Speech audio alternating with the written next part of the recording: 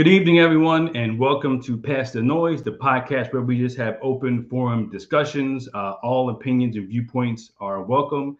We just throw a topic out there, we start a discussion off, and you are welcome to call in, leave comments in the comment section. We'll read the comments. If you call in, we'll bring you on the air, and you can make your feelings known.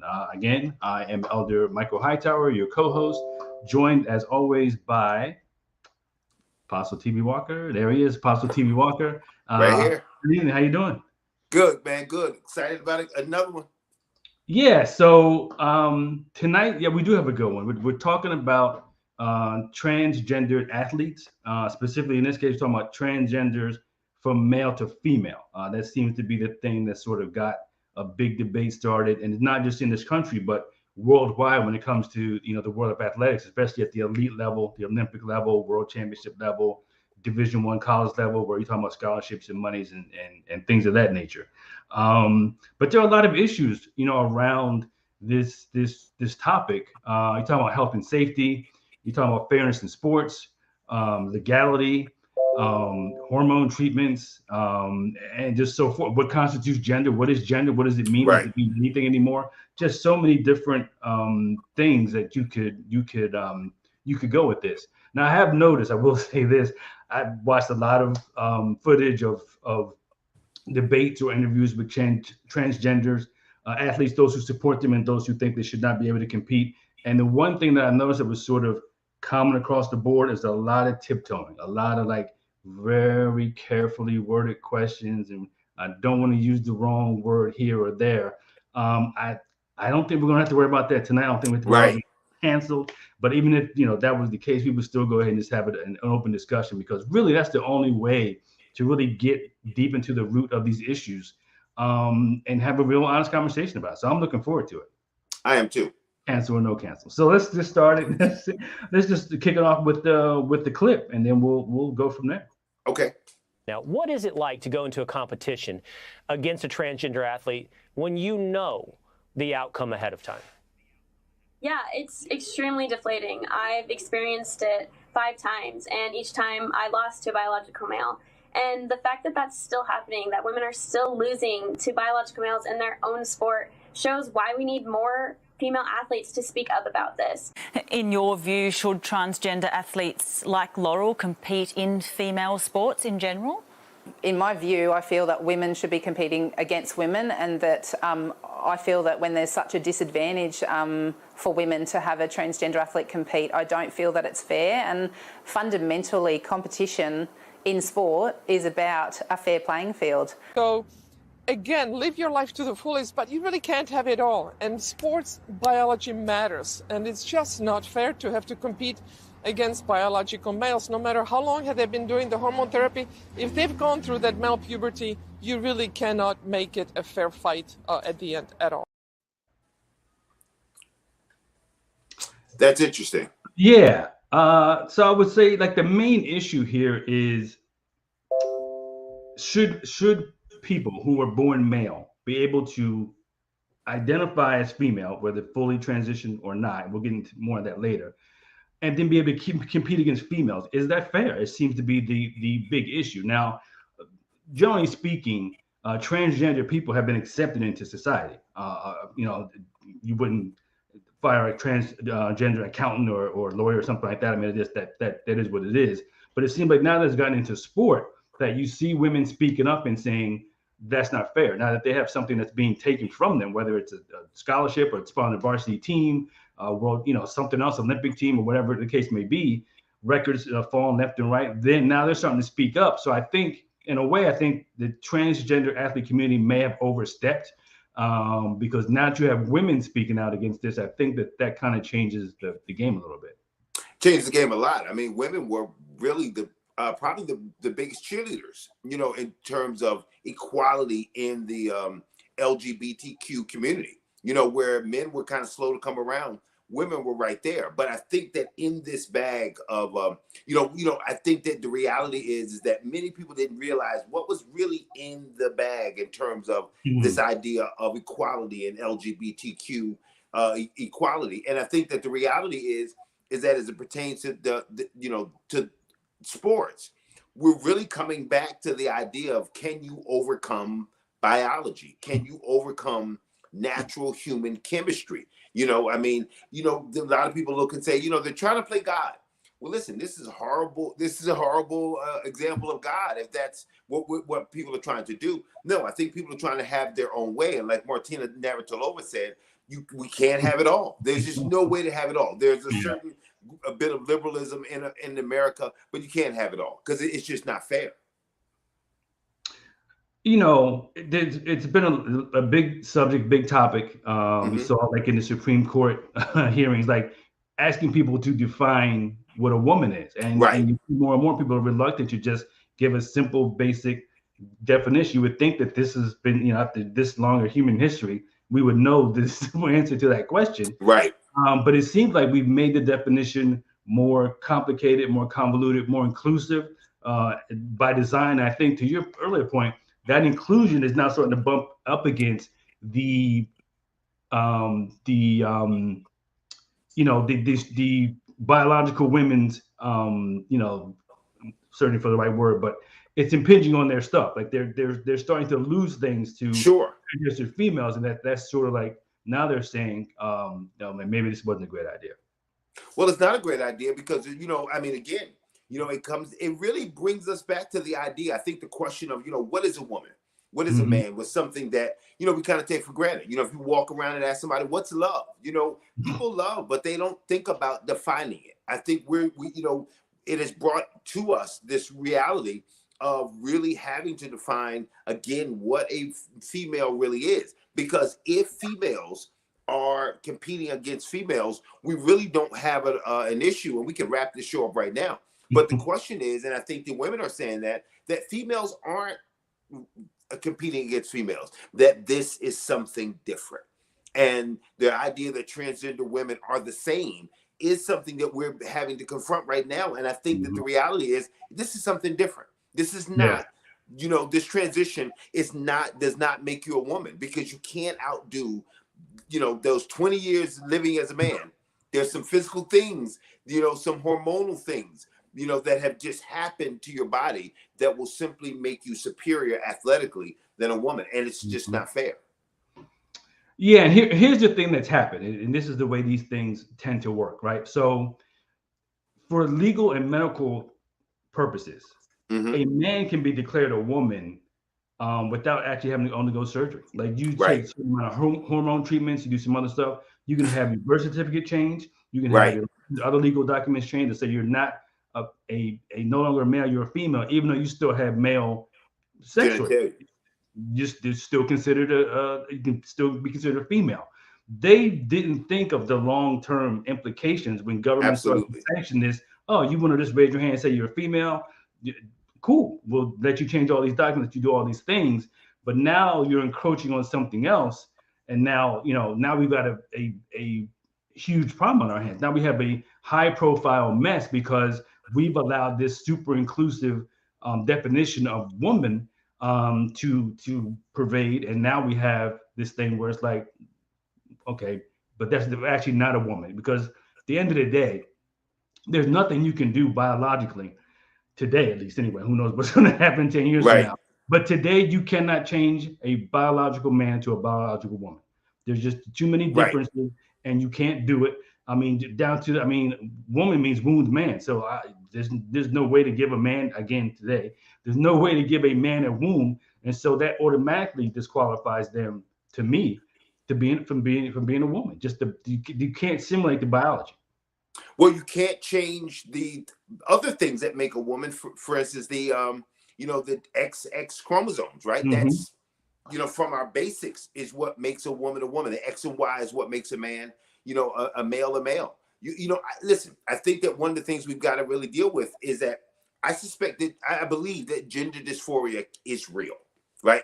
Just as there's all kinds of things in all kinds of places where we are born in sin and shaped in iniquity, the idea that I can feel like I'm in the wrong body and there is an essence of what is a man and what is a woman, I suspect is there, and I think that can get all messed up. But the fix, the idea that there's a way to fix it this way, I think there is where the problem is, that science is really the answer to that problem. Right. And science is not the answer, because you're not creating women, you're creating really other. You're not creating a man here from a woman. You're really creating an other, a third way. Yeah, I don't know about gender dysphoria. Yeah, I don't know. Okay.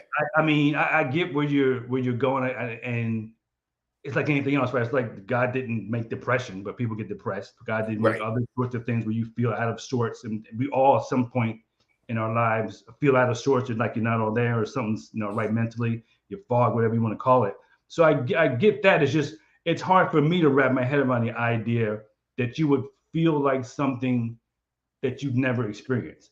I guess that's part of the illusion. I guess part of the illusion, you believe something that you have no frame of reference for. Like if I'm born male, I have no idea what it's like to be a woman or what it feels like. So that thing is like sort of this illusory thing. So yeah. Well, think about this though. Think about this. Think about the kid who's born, think about these little kids that you've seen who are 4 or 5, 6 years old, right? Mm-hmm. But they have the bodies of an 80 or 90-year-old, right? They've never been 80 or 90, but they certainly act just like grandpa does. They have the same ailments that grandpa does. Mm-hmm. So when you look at, the idea that the heart is supposed to be inside, but it's on the outside. Yeah. Right. There's all manner of things. If physically we can be messed up, if mentally a person can be retarded, unable to move forward, or, predisposed to huge amounts of anger. If we can be messed up in emotional ways, why not even in terms of our, gender identity? Mm-hmm. I suspect that being born in sin and shaped in iniquity is also, there's a huge bag that we are just probably seeing unfold like never before. That this kid is 3, but we're seeing things in him that it's not natural for a 3-year-old. So the same way that I'm agreeing it's not necessarily natural, but I suspect that, that could be true. You could really honestly feel that way, uncomfortable in this body. Remember, there are people who've had it where they've cut their arms off because they didn't feel like the arm belonged. Yeah. That's a real condition. Mm-hmm. The question is going to be, is this the fix? Is what we're doing the answer? I mean, if they need an answer, if there's a problem here, how do we keep the guy from cutting his arm off? There's an answer, but is this the answer? No, this is definitely not the answer. And we'll get it. We have a comment. Let's comment up from Clarice. It says, "This is not me talking against this. I do not think men and women should compete. We are not the same. However, for decades, women have been challenging men by saying we can do whatever men can do. This clearly challenges that." I don't think this challenges that. I'm not sure if this challenges that, because you don't have a woman. The reality is that women are saying we can do what you can do. That's actually a biological woman, challenging a biological man. This idea doesn't necessarily challenge that, because you've got a person who is medically now a woman, but biologically is still a man, who can swim faster, who can, hit harder, in boxing, who can jump higher, just based upon biology. So to even lump them in with women and saying, okay, they're actually saying, this a woman can do something. I think that the real discussion is, do we have a woman? And do they represent a woman?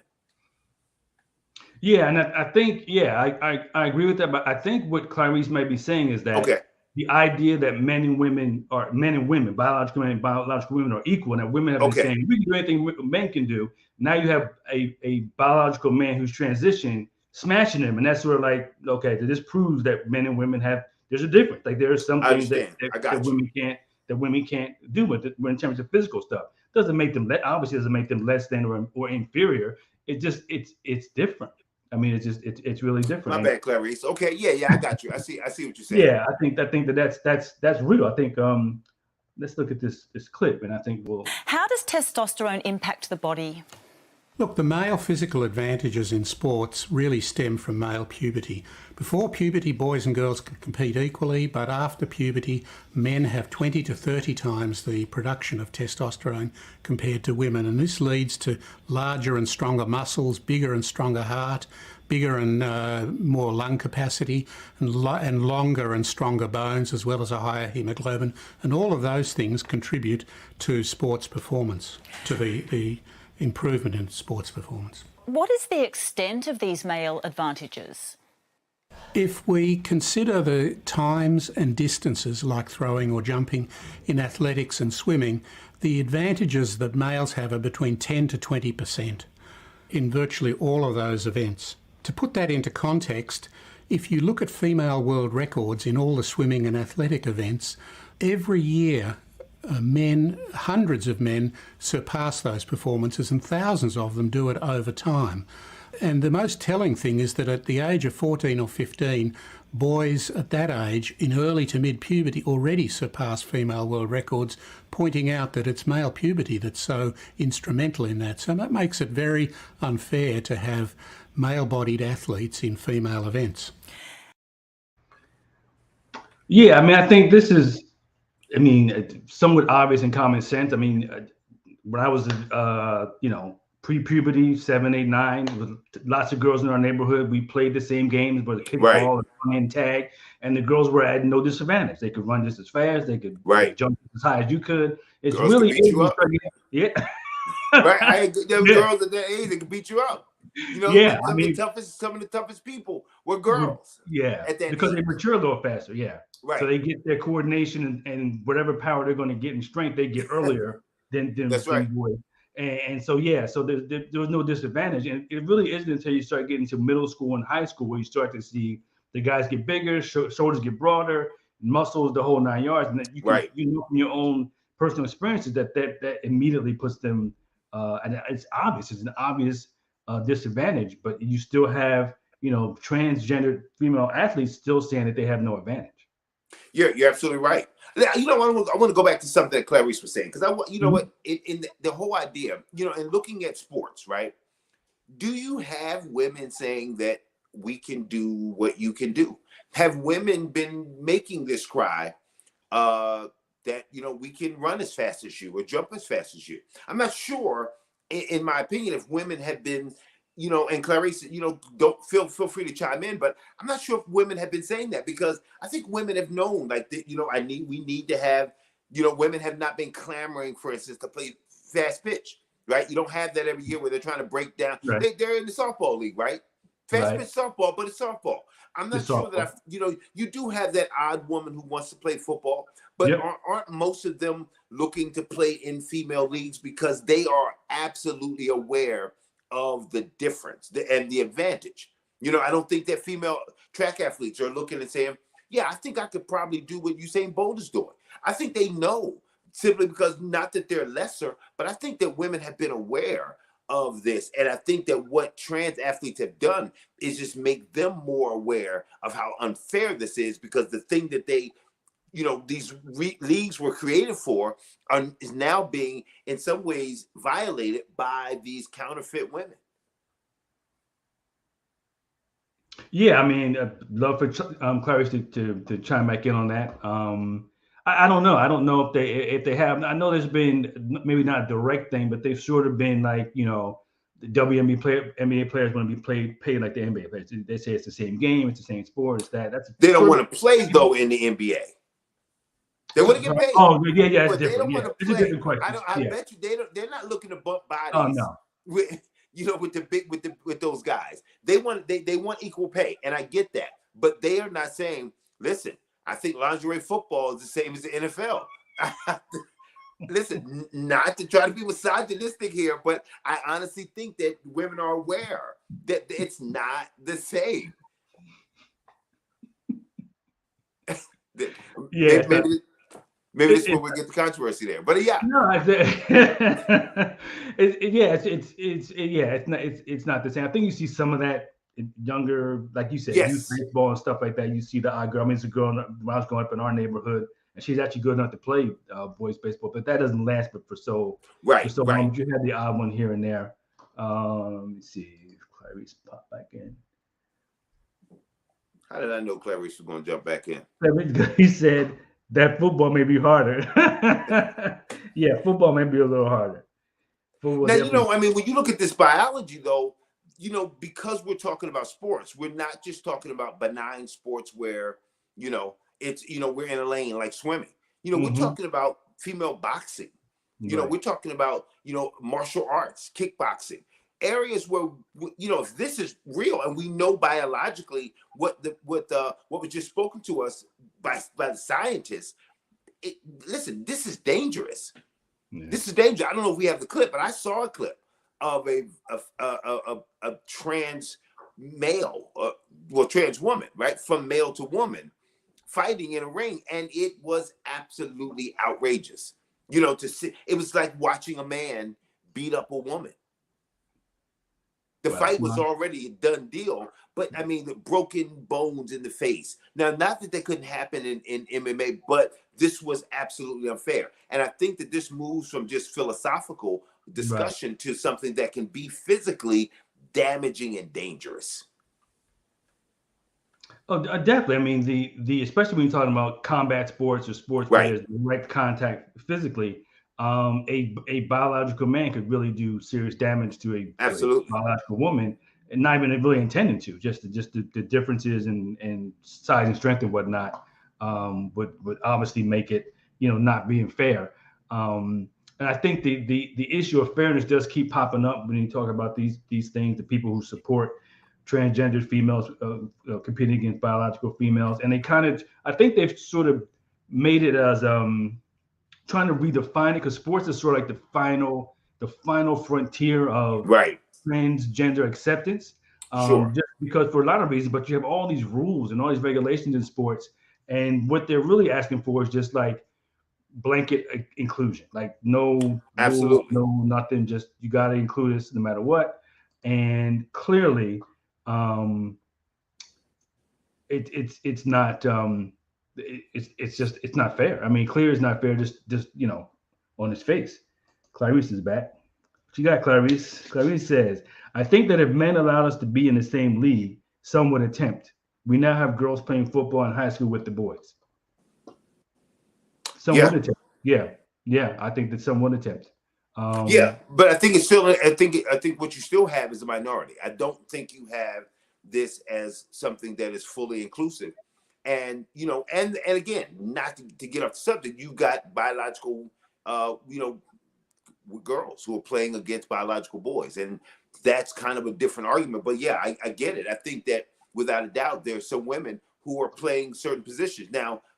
I don't think you're going to see overall, though, that this is going to be something that women are clamoring to do, because you don't see it, and you also don't right. see the skill level to take it past the high school level. Great, there are some places where you're going to be on the team, right? You're going to make the team, but when we talk about the next level of competitive sports, where scholarship athletes are, where you have to be picked and chosen, you got to run the 40 at a certain speed. So some of those things are just not going to be possible Right. for the average woman. No, I mean, what is it? What does it say about society? And again, this is something that's happening worldwide.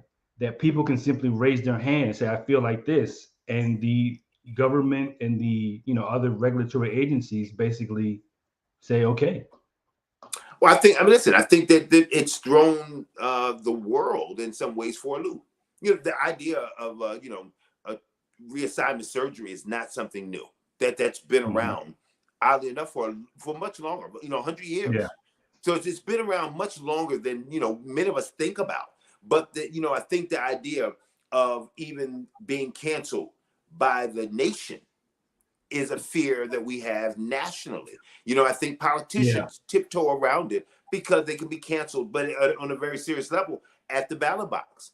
So I Right. think our liberalism is Yeah. is really, really getting the best of us, and we're not really looking down the road to be able to see what's what's the next steps here. Because you do have a person who can identify as a woman, but can actually still have male genitalia. You've still got the bathroom issue, and I think that Yeah. what is being driven here is a third way that will lead to eventually a fourth and fifth way. And what we have known, male and female, is really going to be one of many that's going to be added to our world. Not to America, but really to our world. I think this is just one of those places we never expected to be here.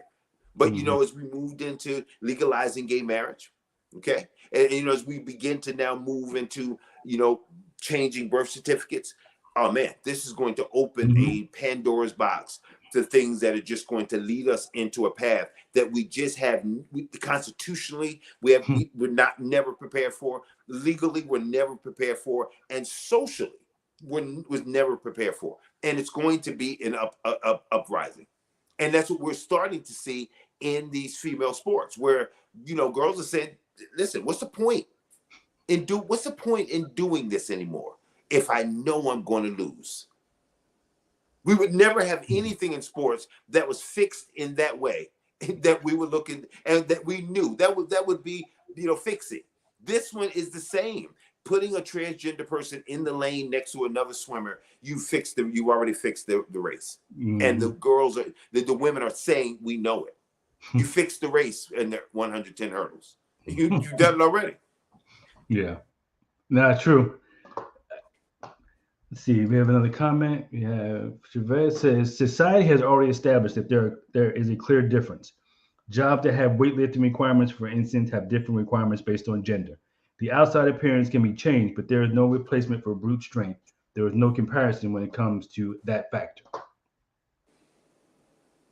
Absolutely. Yeah. I mean, even in the military, they changed some of the requirements for what the women have to do to accommodate the fact that they can't, scale a 100-foot wall and where a man can, whatever. That's it's their thing. They can make the rules. That's fine. But it's an acknowledgement that you're not expecting a woman to have the same, as Chavez said, the same level of brute strength. It just that's unrealistic. Sure, but if you think about that, and you have the idea that there's a separation of in terms of strength requirements, right? So now, if you have a man who now transitions and becomes a woman, does he now not have the ability, especially in a physical, a physically based job, would he not have the ability to really excel even further because I can lift more than you? If I'm a firefighter, there are things that I'm not. Here's the woman's requirements, but like here's what I can do. Does that move that person even up the ladder at a greater level simply because they have much greater physicality? Not to mention, maybe equal mentally, but physically, doesn't that change things? You would think so. Yeah. Because if you're legally a woman, then those requirements, you would follow those requirements. And if you can exceed them, you would say, but I'm a woman and I'm exceeding the qualifications or the performance thing for women. And so you would expect to get, across the board, like 100, right? I'm exceeding all the requirements. So yeah, that would definitely be a problematic. You're going to be taking jobs, taking promotions away, because why would I promote the biological woman if you're exceeding all the requirements? Plus, if I don't, I'm going to get sued because you're just going to file a lawsuit saying, but I'm legally a woman, I should have gotten it. So that opens up another can of worms in terms of the legal aspect. So it's, we've as a society, we've really put ourselves in a in a pickle here. Clarice is busy tonight. Thank you, Clarice. Clarice says, how can we celebrate a trans woman winning a woman's race? When I first saw the article, a man won a swim meet after losing several times against men, I was so upset. So I think you're talking about Leah Thomas, the University of Pennsylvania swimmer who won the D1 national championships. She was a swimmer before she transitioned, ranked 462nd in the NCAA. Now she's the first ranked female swimmer. So I don't know you need to know anything else. That big of a jump tells you that she has advantage. I'm pretty sure she's over 6 feet tall. It's the whole. If you ever seen a male swimmer, they're not small. They're usually well over 6 feet tall, really long arms and legs, and all that kind of stuff. So if you it's just crazy. But again, when you've handcuffed yourself with all these crazy regulations, you really sort of, again, you put yourself in a tricky spot. Yeah, I mean, and I think at the end of the day, what you begin to see is that it brings us back to the question, and I think the women are really questioning: is that going to change women's sports forever? Because once this happens, 10 years from now, just 10 years from now, women's sports will be changed irrevocably. I don't know that you can ever come back, because once transgender athletes can operate in women's sports, you're going to have transgender athletes overwhelmingly overtake the sport because they're going to run faster. So the Olympics, the female Olympics team is going to totally look different 10 years from now, simply because you're not going to have biological women. And I think that a lot of people look and say, well, I don't care. But I think we need to care, because here's what's happening. We're pushing out biological women out of areas that they're supposed to be in. When we talk about women's sports, that's who we were talking about. Yeah. So now to have that taken over, I think is really dangerous, and it's going to change even our society in terms of where biological women actually fit. Even outside of sport, hasn't it changed sort of like already? I mean, don't transgender women, aren't they now taking the places of women in other arenas as well on occasion? Well, the discussion is even, am I as good as you? Aren't you? Or aren't I the same? I think that whole discussion is there. Not to just accept me as I am, but I think that there is an open competition with biological women. Oh yeah, definitely. It's definitely that. See another comment. Chavez says, "I guess society is choosing political correctness over facts. You can change the general definition of a word, but that doesn't make it so. Just because you feel like something else doesn't mean that you are." No, feelings certainly don't trump, the reality of the situation. And let's look at another clip, because I think some of this about fairness, because there's a lot of talk about what's fair and what's not fair. Is this bigger than sport? Is it more important that trans women feel that they're included than to maintain a category within sport? I think you're asking me, is like trans women inclusion more important than fairness in sport? But again, my point is that trans inclusion is fairness. It is unfair to exclude legal and medical women, trans women, from women's sport or part of society. So this is much bigger than sport, in that it's the proxy for all of trans inclusion in society. Talk of bathrooms has shifted into sport by people who don't care about sport. So I think it's clear that this issue is bigger than sport. True. Yeah, it's pretty clear that they've sort of made it a proxy for complete inclusion of transgendered people, and they've made it into this sort of litmus test on your tolerance, on whether or not you're phobic or this or that. And it's really like when you listen to this person talk, who's a transgendered female who won some world championship. I think she's a cyclist. So when she talks about fairness and including fairness, it's interesting that when people who are trying to do something the third way, they come at it as a fairness thing as very selfish. Like you don't see them saying, well, you know what, I may have an advantage, so I'm going to wait and see. Let's do some studies. Let's do some tests. Let's do some head-to-head stuff. Let's do something else. Or I love sports so much that I'm not going to do anything that's going to hurt sport. But you don't see that. I mean, it's almost like they don't really care about sport. It's about their agenda. It's about their issue. It's about their, what they're trying to push, which is total full inclusion, and not about specifically about sport. Well, absolutely. I mean, you're absolutely right. The agenda is the agenda. The agenda is number one. And the reality is, it is inclusion in every single area of our society. That's exactly what the agenda is, to really move it in entertainment, to move it into, into our social spheres, into education.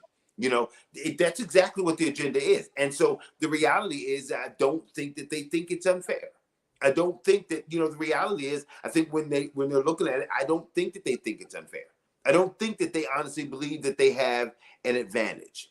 Now, because I think that the reality is, remember, I'm still dealing with my feelings, how I feel as a woman, and not biological truths.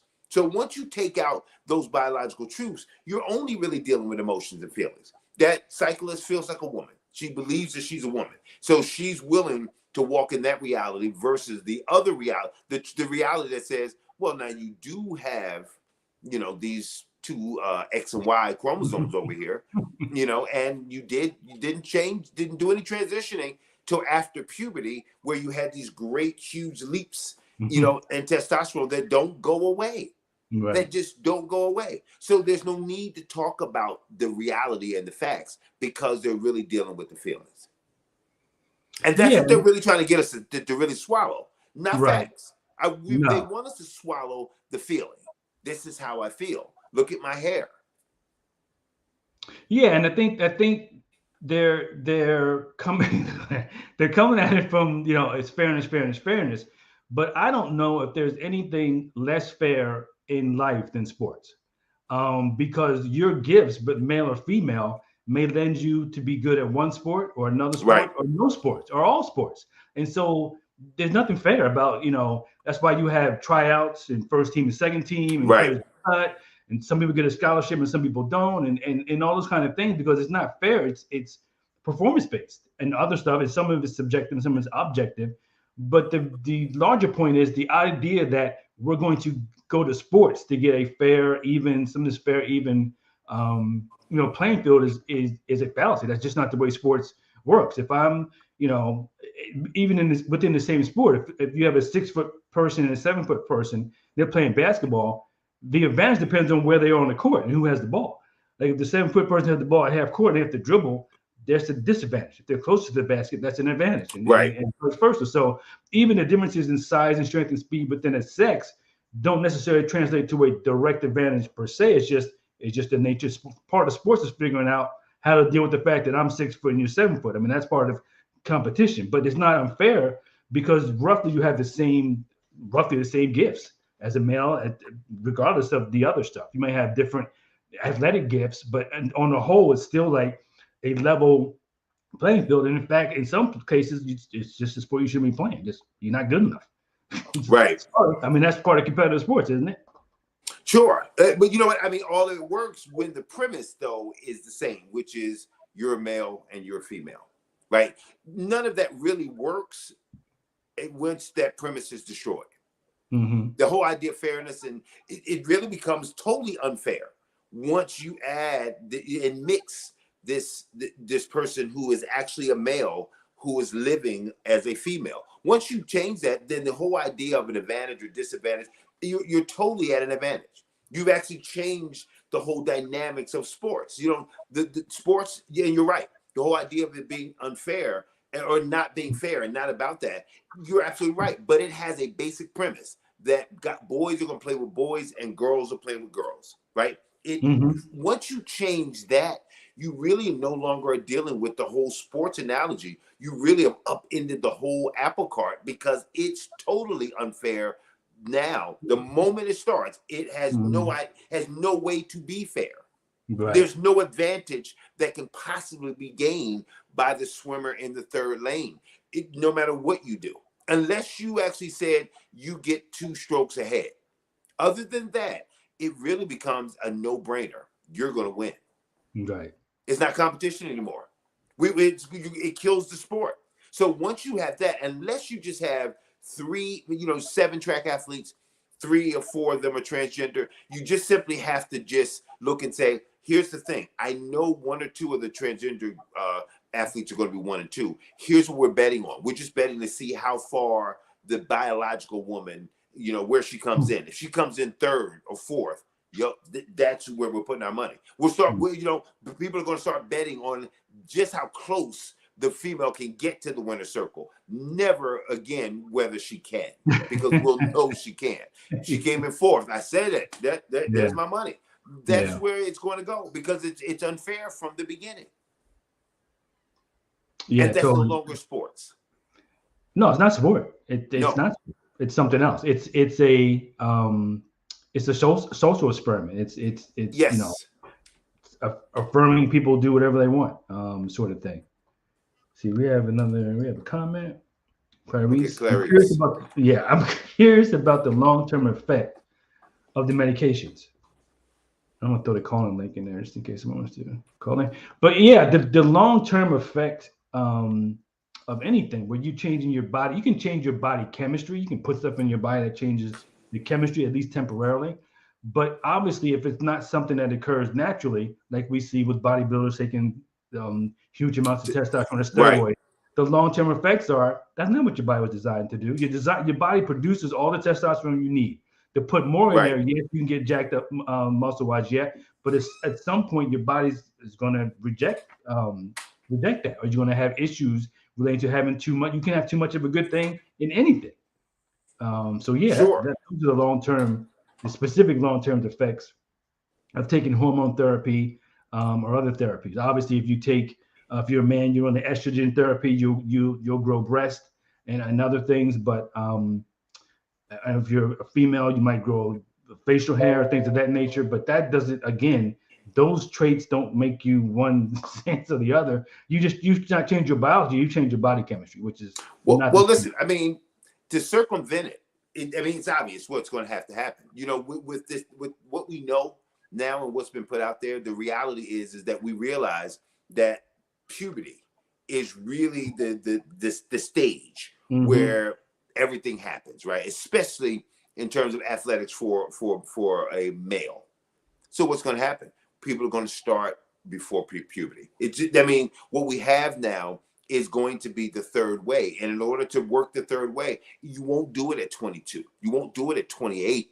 In order to really get it working and to really try to create what the community is trying to create, they'll have to start it before puberty. They'll be able to start it before the great leap happens. We're getting close to that now. I mean, let's take a look at the clip and we'll see we're getting close to that. The rules vary from state to state. In 7 states, including Texas, students must play on the team that matches their birth certificate, or have undergone surgery, or have had extended hormone therapy, while the NCAA requires the completion of 1 year of testosterone suppression.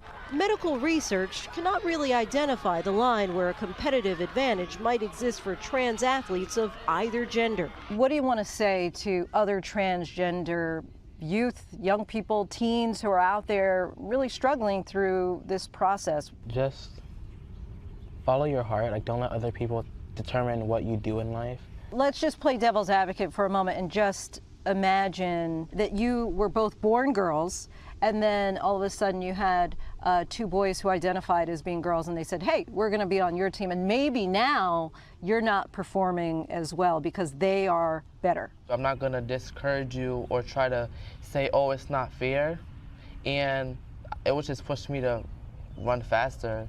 I'd be happy for them because they get to do what they want. They're happy, so then that should in turn make me happy. And they're brave. They're just different from everybody. Interesting. I mean, no surprise that teenagers would just want to do the thing that, you know, this makes me happy. This makes me feel good. I mean, there's no surprise there. I mean, the interesting thing is those two in particular are winning first and second in all these state meets. I mean, in Connecticut, they're killing it. And again, you saw the requirements are like, you can do this or this or this, but surgery is not a requirement, not even at the NCAA level, right, for transgendered females to participate in female sports. You don't have to do that. I mean, and the jury's still out on whether or not the hormone, the testosterone suppression actually can inhibit performance. I mean, we know it doesn't do anything about the 5 years of weightlifting you did between high school and college, but it's even, you don't know if it's even doing anything like today. I mean, it's kind of like, they're just guessing. They're just like, well, we'll do this, and then it should level down a little bit. I mean, you can see there. I mean, that's pretty close to where we're going. Like pre-puberty, these are high school, high schoolers, sort of with the mentality that I should be able to do this. Well, I mean, you think about what's happening with them, and it's just they're 1 and 2, they're winning races. But from this comes scholarships, right? Absolutely. You know, and so when we look at this, financially, it's going to change families because they're going to take a couple scholarships that girls would normally get, that they wouldn't get as males. But they're I mean, if they continue to win and so many these trans athletes, do what they can do, they're going to eventually affect even scholarships and placement of, women. And they're going to displace women in areas that are scholarships that are earmarked for women. Yeah. That's, to me, is I think that's problematic. And I definitely get why women are pushing back on that. I think unless the rules change, you're just going to have boys who are mediocre say, I'm a girl now, and I'll take a year worth of treatments. I'm not going to do surgery. I'll take the treatments, and then I'll get a scholarship. Maybe I'll make it Olympic. Who knows? But I think there's a real chance in the world that we live in that could be, you could begin to see exactly that. People who are not suffering from any kind of nothing, they just say, I want to get a scholarship. I want to excel. I want to be at the top of the heap. I think this sort of sets the example that you can do that. Absolutely. I mean, it's written in stone, right? The rules actually say you can. All you have to do is identify. That's all you have to do. Let's see, another comment on the link. Cervez says, do you think that this is the logic behind people not introducing gender to children and having the we will see whatever they want to be approach? Is there a connection? I think there is. Well, again, I mean, what we see is an offshoot of what happens in private. What we're seeing, and with I think that you have a clip of the father who is actually talking about to his he calls them his daughters, right? His daughter, right? So when you look at this, I think the reality is that there's a change in our society. There's a change in our mentality in terms of how we view it. It's not just these athletes that are there. This is a societal shift that we have, where we are no longer ourselves even looking and saying, hey, I have a boy or I have a girl. We're looking at saying, well, we'll see. Give it a I have a child is what I have. I don't want to use any pronouns he or she yet until they determine. That's a societal shift. And babies are coming into the world under that type of thinking. So, to your point, it will lead people to feel quite comfortable shifting back and forth. We're talking about a third way. We may have a fourth and a fifth way. And I think the reality is as we look at ourselves as society and say, we give up, we abdicate the position of looking at a boy and saying that's a boy, or looking at a girl saying it's a girl, man, we open the door to, I think, things that are just going to be horrendously confusing for the next generation. And they're going to make decisions that have already been made for them. They're going to make decisions based upon the pressures of the world. Yeah, I mean, especially that, when you're talking about kids that young, they don't know. They don't even know. Right. They don't know anything. But let's go to the clip that you referenced, because that actually is a good one with the. At what point do you decide, actually, it's more appropriate for me to be on the girls' team and competing with other girls? I decided that the summer before 9th grade. They've both started hormone therapy and say that for the most part they've been welcomed by friends, family, coaches, and administrators with open arms. But there is some backlash from parents and students. 2 petitions were even started in an attempt to change the current rule of the state's governing body of interscholastic sports. The rule states that students are entitled to participate on a team based on their gender identity, how they identify. Medical science tells us that estrogen hormone therapy does change the body, replacing some lean muscle with fat. But of course, everyone is different. Andrea's parents say what's most important to them is the well-being of their child. Track is number 100 on my list of concerns as a father of a transgender daughter. I'm talking about raising a child for a life. And so is it fair that that child is excluded? Is it fair that that child doesn't feel like they have a place to belong? It allows her to be who she wants to be, and I think that has a little bit more weight than just winning a medal. Yeah, I mean, all roads lead to the same place of doing what we want to do. And like, Yes. is it fair that she's not included? Is it fair? And that, as you said, refer to his biological son as a girl. And not for nothing, but I can tell they're boys. I mean, you can look at them and Yes. look up in long hair does not make a female. I mean, you can look at him. You can look at the disciple and see that's a man. I mean, it's just I don't think they're trying to fool people per se, but it's just so obvious that it's like where are you going with this? Really, in terms of what you expect society to do. I think what they expect society to do is obvious. We just accept us for what we say we are, and let's just move on. Yeah, I mean, these are the first generation boxy models that are being rolled out off the rolled out of the factory. But listen, they're going to get better. They're going to get better. They're doing a horrendous job right now of trying to model what God has done. These are, these women are, they're working, they're trying, but I don't think it's a great job. But listen, they're going to get better physically, right? They're going to get better in terms of sculpting and all of those things physically. But you're not going to change the biology. And I think the only way to do it, again, is to begin to work earlier. And that's what we're going to see. People now, by this, the parents are going to have to make a decision early in terms of who their children are. We're going to start dealing with selection. This is going to open a door because, again, because a child is 4, 5, 6, or 7, are they still capable of saying, I'm this or I'm that? So in order to do it before puberty, I guarantee you're going to see people operating in selection. And when we look at a time of self, man, we never thought it would be about this. But this is self. This is in our time, this is our Tower of Babel. This is our monument to our own self, where we become little Dr. Frankensteins. I've created a man. Frankenstein was like he was not quite a man. He was cobbled together with a whole bunch of different parts. And it turned out badly for everybody.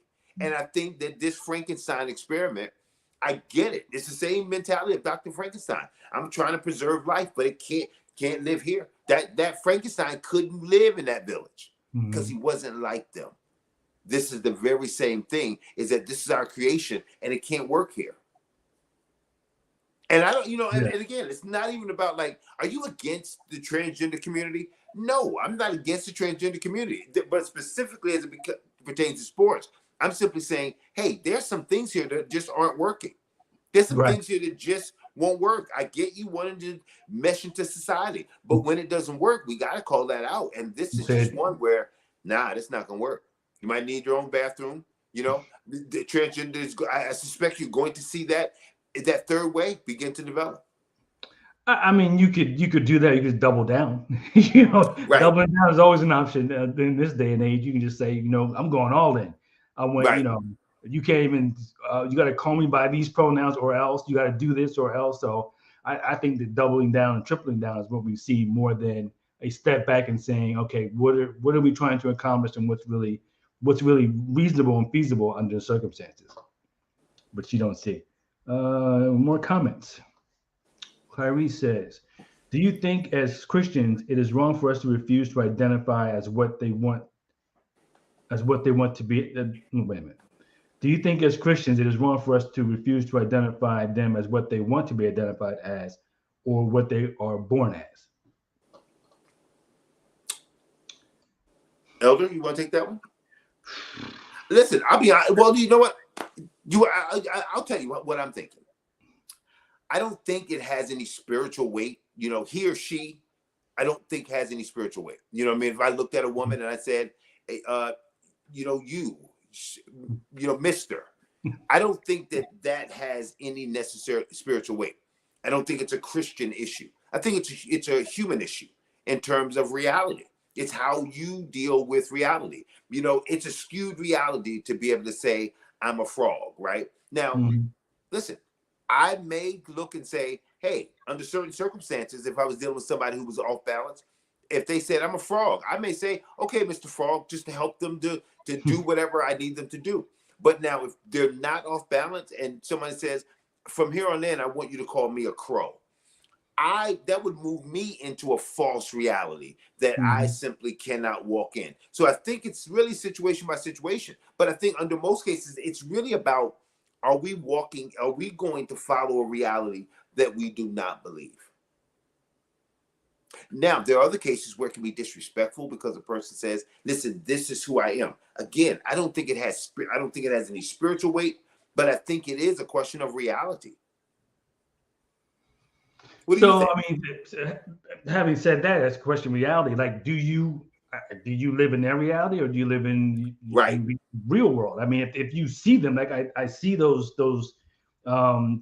track runners, and they're boys. I mean, do I not acknowledge that I see boys and not girls? Right. I mean, I totally agree. Now, I mean, listen, if we're looking at being politically correct, I'll call you by your name. Okay. I won't use any pronouns. I mean, to get around it, if that's the issue. But I think in terms of, if you confront it, then it is now a question of, what reality are you in? And if can I call myself whatever I want to, and I simply become that? And I think that answer is absolutely not. That's Yeah. not true. So the question is going to be, that reality. Are we going to get drawn into that reality? And I suspect as a society, the answer is yeah. We'll get pushed around and bullied. And no, don't call me he, call me they. I don't want to play that. I think in reality, you listen, if it looks like a duck, I'm calling it a duck. I think we have to do that because that moves us into this false reality, and we begin to agree with the third way. It's going to happen, but I don't think we have to agree with it. No, it's going to happen. It's been happening, and I totally agree that we don't have to pretend that Right. that we see and what we know isn't there. Like, you don't see that it's a male, you don't hear the voice, and you can tell the difference between a female voice and a male voice. I mean, I think pretending that you don't see that, I think, is it's a dangerous game for us. I mean, for society as a whole, but certainly for Christians, I don't think we should be in the business of playing pretend. And now that doesn't mean name calling and that kind of Right. stuff. Certainly, the acknowledgement of what you see and what God made, I think, is legitimate. Sure. Yeah. Let's see, we have another comment. Chavez says, "You deserve to be excluded from anything you don't qualify for. I don't have a CDL, and I should be excluded from driving 18-wheelers, and rightfully so." No, I mean, society has rules. I mean, we have rules in place for that very thing. If you don't have a driver's license, you shouldn't be driving. Unfortunately, people do drive without driver's licenses, as we know. People drive without insurance. People do all sorts of things. And this is just another example of people doing things or trying to be in an arena where they have no business, and they're trying to force the rest of the world to sort of agree with them that this is okay. That we're going to jam this thing in here, and somehow we're just going to make it work, or pretend that it's working when it's clearly not working. And it really was sort of working until other female athletes started standing up and saying, "This isn't working. Right. This isn't working for us. She got my scholarship. She's got my spot on the team." It's like, at that point, it's like, no, we're not doing this anymore. To your point, I mean, first it was, you go, girl, I'll show you how to put on your makeup. And now Right. it's like, this is now Absolutely. hurting me. This is now causing me I to expect lose, to compete with you. to lose on some things, and now I'm not as happy about that. Which, But you know what? I mean, but look, I think overarching though, if you just look at this thing overarching, yeah, the clips are there, and I'm sure that there's many female athletes. But I wonder if overall there's a backlash. I wonder if there's not more support than there is, more support even outside of the sport than inside the sport. That many more people are saying, cheering for him, yes, go. That don't necessarily understand or even care, because they also have bought into the agenda. We're moving this forward no matter what. We're moving this play. And I think that this is not just the LGBTQ community that is really leading the charge. It is liberal thinking people who have gone far, far, far to the left, that are really heavily responsible for pushing this issue to the forefront, regardless of what area of fairness is there. I think the idea that it's more unfair for you not to compete than it is for you to be at an advantage when you do. I think other female athletes will speak up depending on the circumstance. So you have a group that speaks up no matter what, or as long as the transgender males come in last place, we're straight. But if you're an elite athlete, you're like, I'm trying to get to the next level, and they're taking your spot, you're gonna say something. If you're sort of now, wait a minute. But like, I don't want to stereotype, but like, aren't a lot of female athletes, aren't some in the LGBTQ community?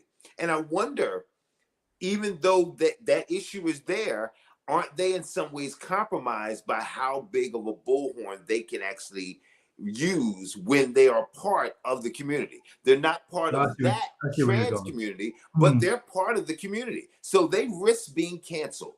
They risk being ostracized, kicked out of the club.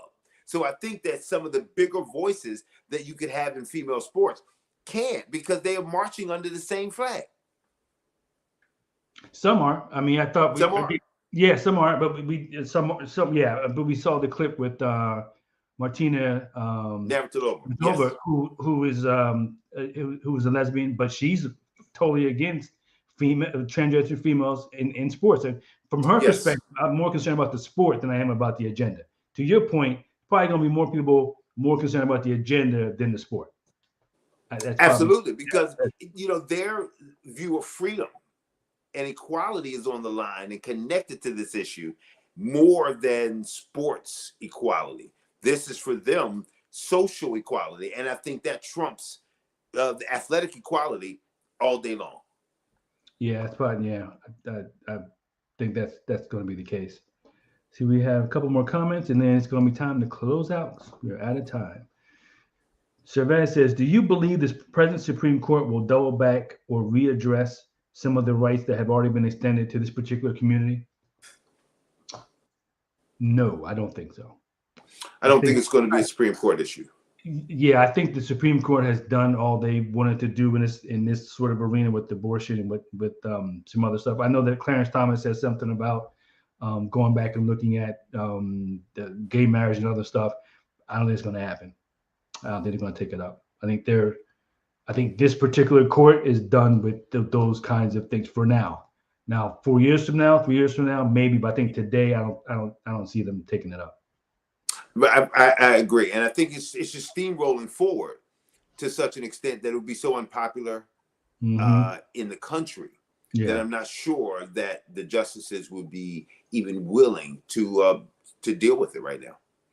I mean, for sure, it won't be until there's another presidential election. Like if they won't do it now in the middle of a cycle. They won't do it during Biden's term. I think they would wait until after there's a new president to see who that new president is. Exactly, to even do something like that. Right. So yes, I don't think that's on the board, but who knows? I mean, you never know. But I don't see them do it because in a lot of ways it's become sort of a political or politicized body.